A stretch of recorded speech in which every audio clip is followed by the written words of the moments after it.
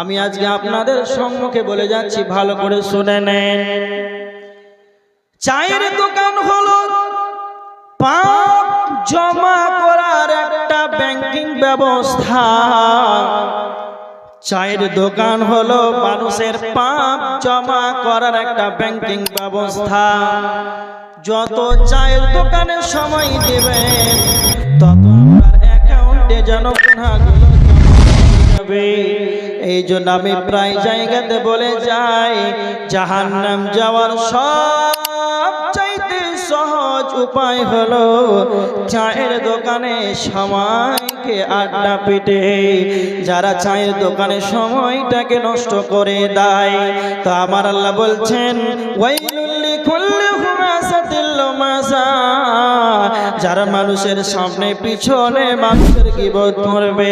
Number 2, আল্লাযী জামা Malan ওয়া আদ্দানা, যারা মালকে জমা করে করে গুনে গুনে সাজিয়ে রাখবে।